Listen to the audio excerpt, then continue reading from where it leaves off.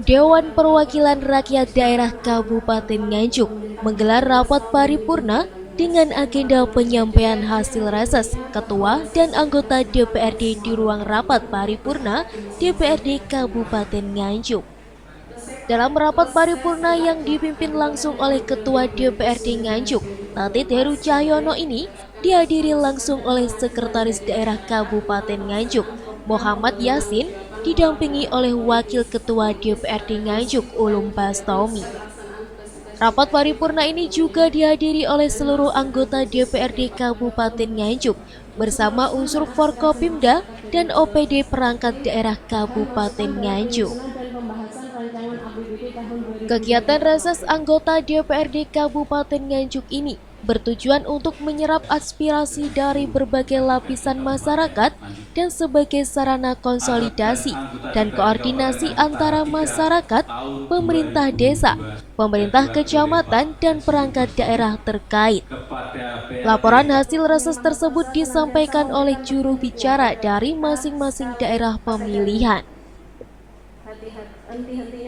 Ketua DPRD Kabupaten Nganjuk Tatit Heru Cahyono menjelaskan, laporan hasil reses yang disampaikan kepada pemerintah Kabupaten Nganjuk ini berasal dari 50 orang yang terdiri dari pimpinan dan anggota DPRD Kabupaten Nganjuk.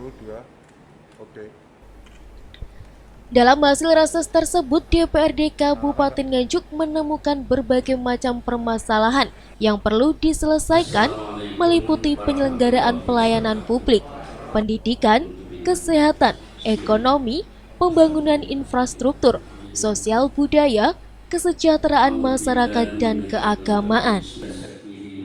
Semua hasil reses ini kan tidak hanya fisik, tidak hanya non fisik kan juga ada.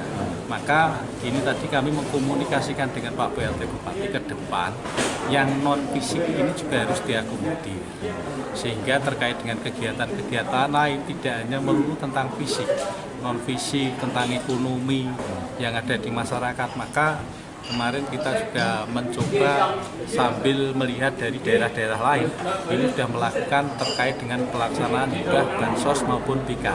Ini nanti perubahan anggaran keuangan akan kita coba komunikasikan dengan Pak PLT. Tadi kami sudah komunikasi dengan Pak Sek. Mudah-mudahan hal itu juga menjadi prioritas di dalam pelaksanaan penganggaran di tahun 2022 yang akan datang melalui perubahan anggaran keuangan.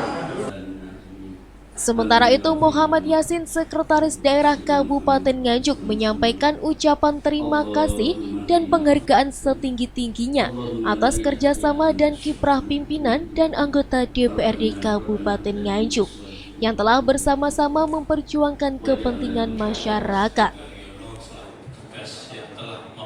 Intinya kami mengucapkan terima kasih dengan hasil reses yang tahap ketiga ini, sehingga nanti segera kita bisa kombinasi dengan hasil musren baik di tingkat desa maupun di tingkat kecamatan, sehingga itu akan menjadi RKPD Kabupaten Nganjuk yang dalam rangka menunjang tercapainya visi misi Bupati.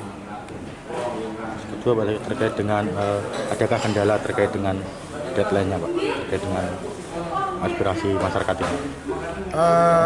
Kukira semuanya itu ada jalan keluarnya, yang penting regulasi yang menjadi acuan kita. Jadi kalau memang itu sesuai dengan regulasi harus kita laksanakan, karena itu memang dari aspirasi masyarakat. Terus Pemda sendiri, Pak, difokuskan, Pak, untuk tahun ini apa, Pak, yang utama dikerjakan, Pak? Kalau kita akan bicara sesuai dengan visi misi Bupati, tahun 2023 itu kan jalan keadaan mantap, maka itu dalam konteks fisik itu menjadi prioritas. Akan tetapi juga tidak mengurangi prioritas-prioritas yang lainnya, yang non fisik, sehingga keseimbangan itu ada. Kalau kita membangun fisik saja, non fisik enggak, kalau enggak seimbang nanti kan kayak DPRD Kabupaten Nganjuk berharap hasil dari pelaksanaan reses yang dituangkan sebagai bagian dari pokok pikiran DPRD Kabupaten Nganjuk ini dapat ditindaklanjuti oleh pemerintah daerah sebagai bagian dari perencanaan pembangunan daerah dengan memperhatikan prioritas pembangunan daerah dan memperhatikan kemampuan keuangan daerah. Dari Nganjuk, Tim Liputan TV7 News.